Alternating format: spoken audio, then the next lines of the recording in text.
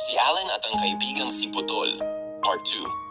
Isang gabi, habang natutulog sila sa isang lumang gusali, napansin sila ng isang matandang nagwawalis sa tabi ng kalsada. "Anak, anong ginagawa mo rito sa lansangan? Nasaan ang mga magulang mo?" tanong nito. Dito nalaman ng matanda ang kwento ni Allen. Labis itong naawa at tinulungan siyang ipaalam sa mga awtoridad ang tungkol sa kanyang pagkawala. Hindi nagtagal, lumabas ang balita tungkol kay Allen.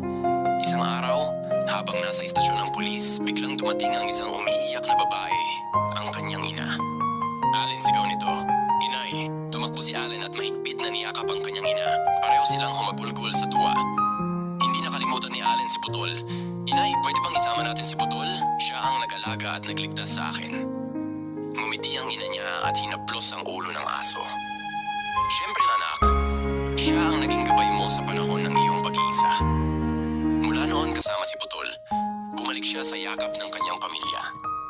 At sa wakas, nagkaroon sila ng bagong simula kasama ang asong naging tapat niyang kaibigan.